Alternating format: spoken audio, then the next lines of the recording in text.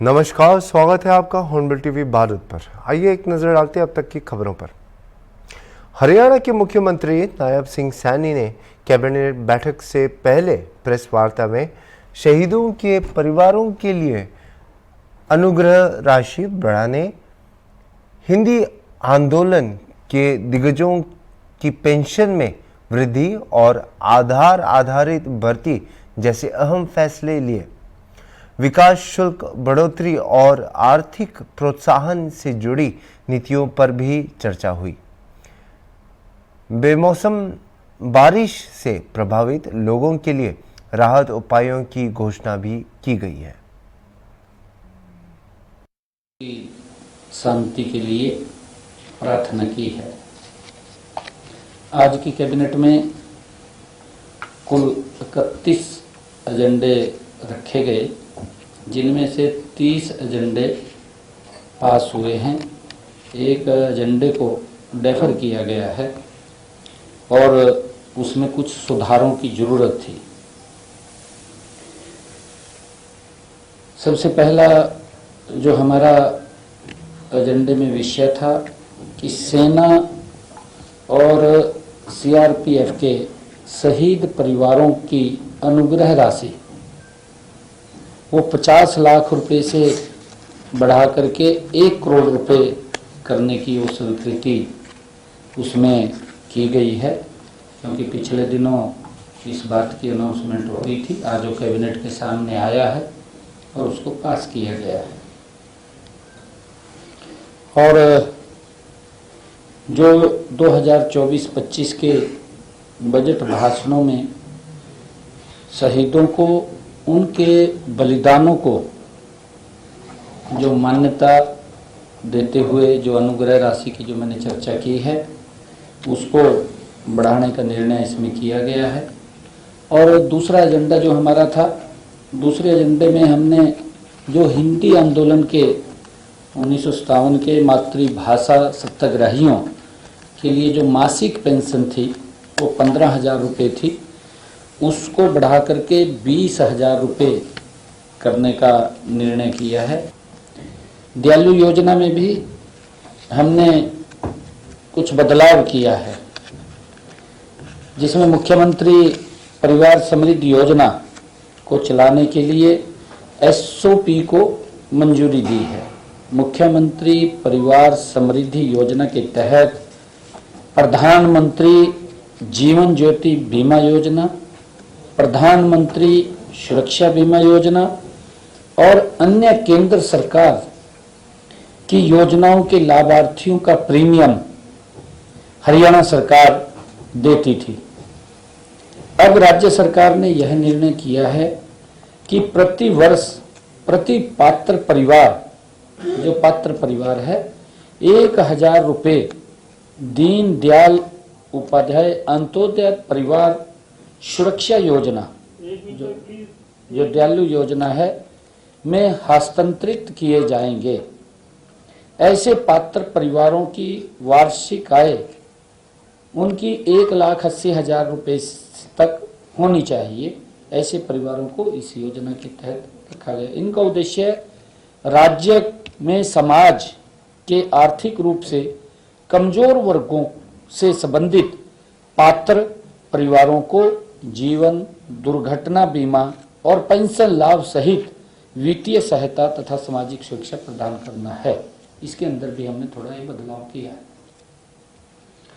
हमने ईडीसी प्रणाली में भी बदलाव किया है। जो बाह्य विकास शुल्क है ईडीसी की गणना के लिए इंडेक्स मैकेनिज्म के संशोधन को मंजूरी दी है। 1 जनवरी 2025 से 31 दिसंबर 2025 तक ईडीसी में 20% की ये बढ़ोतरी की है और 1 जनवरी 2026 से ईडीसी दरों में हर वर्ष ऑटोमेटिक वो 10% की वृद्धि होगी। इंडेक्सेशन नीति वर्ष 2015 के लिए ईडीसी दरों पर आधारित थी और इनमें आज तक कोई वृद्धि नहीं की थी। पीछे वृद्धि काफ़ी समय से नहीं, हर साल इसके अंदर वृद्धि होती थी। लगभग 5 साल इसको हुए, इसमें कोई वृद्धि नहीं, उसी आधार के ऊपर वो चल रहा था। आर्थिक जोन से विकास हमने जो नगर एवं ग्राम नियोजन विभाग द्वारा पटौदी, हेली मंडी और फर्रुखनगर जिला गुरुग्राम में लो पोटेंशियल जोन को मीडियम पोटेंशियल जोन में मंजूरी को भी दी है, क्योंकि पिछले दिनों ये सीएम अनाउंसमेंट थी, उसके अंदर हमने आज इस मंत्रिमंडल की बैठक में उसको मंजूरी दी। इससे हरियाणा सरकार लाइसेंस शुल्क और बाहरी विकास शुल्क, ईडीसी, रूपांतरण शुल्क आदि की दरों में डेवलपर से अधिक राजस्व प्राप्ति करने के सक्षम होंगी। उत्तर प्रदेश के अल्पसंख्यक कल्याण मंत्री और सुभाषपा अध्यक्ष ओम प्रकाश राजभर ने बलिया के चितरवा गांव में कार्यक्रम के दौरान ठेकेदारों पर दिए अपने बयान की सफाई दी। उन्होंने कहा कि यह बयान घटिया सड़क निर्माण की शिकायतों पर प्रतिक्रिया थी। जांच के बाद कुछ ठेकेदारों ने शिकायतकर्ता सिंहासन राम और मंत्री पर अभद्र भाषा और जाति सूचक शब्दों का प्रयोग किया। राजभर ने कहा कि वे ठेकेदारों को व्यक्तिगत रूप से नहीं जानते हैं और जनता की समस्याओं को हल करने के लिए प्रतिबद्ध हैं। देखिए, आज वसुदेवा गांव के प्रधान और अशोक यादव और इस गांव के आसपास के सभी लोगों के सहयोग से एक महाराजा सुहेल देव जी की मूर्ति लगाने के लिए भूमि पूजन का कार्यक्रम था। उसी संबंध में एक जनसभा का भी लोगों ने कार्यक्रम रख लिया था। इसी उद्देश्य से क्या कहेंगे, जिस तरीके से देखा गया कि कल आप किसी बात को लेकर गाजीपुर में आप भड़क गए थे और क्या वजह रही? देखिए, वजह जानकारी रखिए। जब जनता ने शिकायत की कि ठेकेदारों द्वारा सड़क का निर्माण जो हो रहा है वो बड़े पैमाने पर अनियमितता है, लोगों की शिकायत हुई, तो उस पर हम लोगों ने एक टीएससी जांच के लिए पीडब्ल्यूडी को एप्लीकेशन सिंहासन राम के द्वारा हमने दिलवाई, मैंने खुद। तो जब दरखास्त पड़ गई, जांच के लिए आदेश हो गया, तो वहाँ के जो कुकृत करने वाले ठेकेदार जो गलत सड़क बनाते हैं, जहाँ लूट खसोट ज़्यादा करते हैं, ऐसे लोग सिंहासन राम को गाली देने लगे। उनको अब शब्द जाति सूचक गाली दे रहे थे, हमको उसी में लपेट रहे थे। और ये घूम घूम के प्रचार, जिस दिन से एप्लीकेशन पड़ी है जांच की, उस दिन से घूम घूम के ये लोग कह रहे हैं कि मंत्री जी को कमीशन देते हैं। अभी हम ठेकेदार को भी नहीं पहचानते कि कौन ठेकेदार काम करता है, कौन नहीं करता है। हम जनता के सेवक हैं। जनता ने अगर शिकायत किया है और आपने अगर गलत तरीके से सड़क बनाई है, अगर सड़क जनता कह रहे कि गलत है साहब, एक मानक नहीं है, सड़क उधरा रही है, गिट्टी उड़ रही है, ये कैसा निर्माण हो रहा है, तो इस पे जब पत्रकार सवाल करता है और वो घूम घूम के गाली दे रहा है, तो उसकी गाली पर तो आप लोगों को दिखाई नहीं देता है। क्योंकि उनसे पूछो कि तुम क्या कर रहे हो, तुम बैठ करके घूम घूम करके जगह जगह सिंहासन राम को जो भाषा का इस्तेमाल कर रहे हो, मिनिस्टर को कर रहे हो। ये सरकार विकास चाहती है और साफ सुथरा काम कर रही है। उसमें कोई भी व्यक्ति इस तरह की हरकत करेगा तो ओम प्रकाश राजभर जांच कराएगा। जांच में दोषी जो पाया जाएगा उसके खिलाफ कार्रवाई होगी। अभी आप बता रहे थे कि अम्बेडकर जी के अधिकार दे रखे हैं। उधर अमित शाह के बयान से पूरे पार्टियों में विरोध चल रहा है। Samajwadi party, Congress party, Baspa party सड़कों पर उतर के इस्तीफे की मांग कर रही है उस बयान को लेकर संसद में। देखिए, विपक्ष के किसी नेता के जबान पर रोहिणी आयोग का शब्द आया? रोहिणी आयोग क्या है? 27% आरक्षण को बांट करके पूरे देश में जो 27% आरक्षण का लाभ नहीं पा रहा उसको देने की बात, ये विपक्ष के पास नहीं आ रहा है। आज़ादी से लेके मरते दम तक बाबा साहब डॉक्टर अम्बेडकर का विरोध किसने किया? कांग्रेस ने। गरीब, कमजोर, पिछड़े, दलित, वंचित, अल्पसंख्यक के हक को लेकर के बाबा साहब डॉक्टर अम्बेडकर जी किससे लड़ते थे? कांग्रेस से। कांग्रेस ने नहीं माना। बाबा साहब डॉक्टर अम्बेडकर को चुनाव कौन 2 बार हरवाया? कांग्रेस ने। बाबा साहब डॉक्टर अम्बेडकर को विधि और कानून मंत्री के पद से रिजाइन क्यों देना पड़ा? मुस्लिम लीग से जीत के आए। कांग्रेस की सरकार थी। कांग्रेस ने जब वो गरीबों के, पिछड़ों के, दलित के, वंचित, शोषितों के लिए जब अधिकार की बात की तो कांग्रेस ने नहीं माना तो रिजाइन दे दिया। और वो कांग्रेस संविधान की बात करती है जो लाखों नेताओं को, पत्रकारों को emergency Indira Priyadarshini ward zone 7 में अवैध ठेला व्यवसाय से जुड़े बांग्लादेशियों और नगर निगम कर्मचारियों के बीच विवाद की सूचना पर महापौर सुषमा खरकवाल तुरंत मौके पर पहुंची। मामले की जानकारी लेने के बाद उन्होंने जांच के आदेश दिए और अवैध गतिविधियों में शामिल लोगों पर कड़ी कार्रवाई की बात कही। महापौर ने जिला मजिस्ट्रेट और लखनऊ आयुक्त से संपर्क कर आवश्यक कदम उठाने की अपील की और शहर में अवैध कारोबार व आपराधिक गतिविधियों पर रोक लगाने का आश्वासन दिया।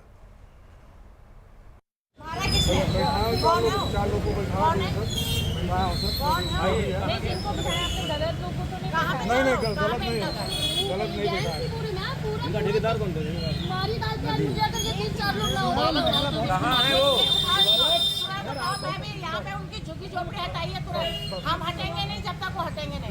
चलिए कहाँ पे मारा? चलिए कहाँ पे रहे? आप तुरंत झुकी हटाइए। अभी हम नहीं हटेंगे।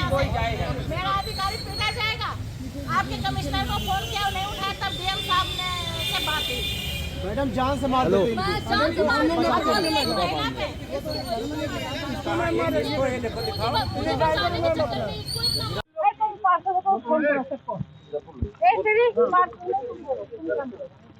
अरे काफी आप खाली बताइए अभी हो तो बोल दीजिए कि फोर नहीं लगे। आपको कितना टाइम हो गया खाने में? साल भर हुआ। ये क्यों कर रहे हैं यहाँ पे? ये क्यों चल रहा है यहाँ पे? साल भर छोड़िए, आप कर क्या रहे थे? क्या कर रहे थे आप? वसूली क्या कर रहे थे? 1 साल से आप यहाँ पे हैं। क्यों ये झुकी झोपड़ी लगी हुई है? तो नहीं है तो फिर क्यों? क्यों फिर? अगर आप नहीं है इन्वॉल्व तो क्यों चल रहा है धंधा? क्यों चल रहा है? चित्रकूट और सतना जिले में अचानक हुई बारिश से किसानों की हजारों कुंटल धान भीग गई। मौसम विभाग की चेतावनी के बावजूद धान खरीद केंद्रों के अधिकारियों की लापरवाही सामने आई, जिन्होंने धान को ढकने के बजाय इंतजार किया। पालदेव के खरीद केंद्र के बारिश में से किसानों की मेहनत बर्बाद होती दिखी। अब सवाल ये है कि किसानों के नुकसान की भरपाई कौन करेगा और इस लापरवाही के लिए जिम्मेदार कौन होगा?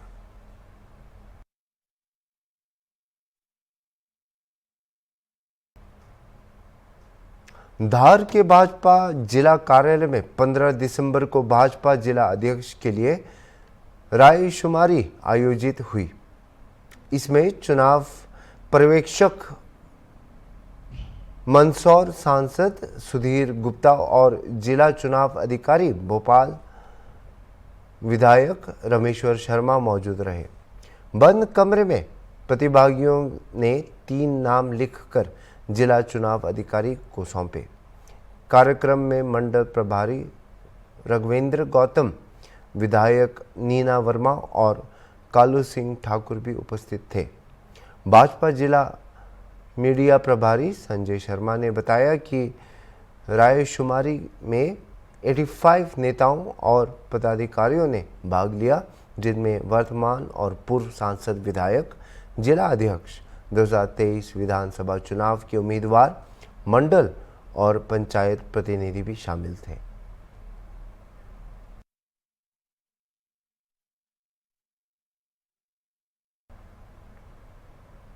सुमेरपुर थाना क्षेत्र में नेशनल हाईवे 34 पर पेट्रोल पंप के पास दो ट्रकों की आमने सामने टक्कर के बाद भीषण आग लग गई। आशंका है कि दोनों ट्रकों के चालक और परिचालक अंदर फंसे हुए हैं। आग पेट्रोल पंप तक फैलने का खतरा है, जिससे बड़ा हादसा हो सकता है। स्थानीय पुलिस ने तुरंत दमकल विभाग को सूचना दी, जो आग पर काबू पाने की कोशिश कर रहे हैं। सर, यहाँ NH-34 में दो ट्रकों में आग लगी है, क्या है पूरा मामला? ये सुमेरपुर गल्ला मंडी के पास दो ट्रक आपस में भिड़ गए हैं, जिससे दोनों ट्रकों में आग लग गई है। राहत और बचाव कार्य चल रहा है। आग पे काबू पा लिया गया है। फायर ब्रिगेड की टीम मौजूद है। मैं और सुमेरपुर पुलिस और एम्बुलेंस भी आ गई है। राहत और बचाव कार्य जारी है। जल्द ही आग पर नियंत्रण पाके अग्रिम कार्रवाई की जाएगी। इसमें ट्रक ड्राइवर वगैरह, एक ट्रक ड्राइवर के फंसे होने की आशंका है। उसको जल्द ही उसकी बॉडी को वहां से निकाल के अस्पताल भेजा जाएगा। कहाँ से कहाँ ट्रक जा रहे थे? एक ट्रक सुमेरपुर आ रही थी और दूसरा सुमेरपुर से निकल रही थी। केंद्रीय मंत्री प्रहलाद जोशी ने पूर्वोत्तर के रणनीतिक महत्व को रेखांकित करते हुए इसे प्रधानमंत्री नरेंद्र मोदी की सर्वोच्च प्राथमिकता बताया।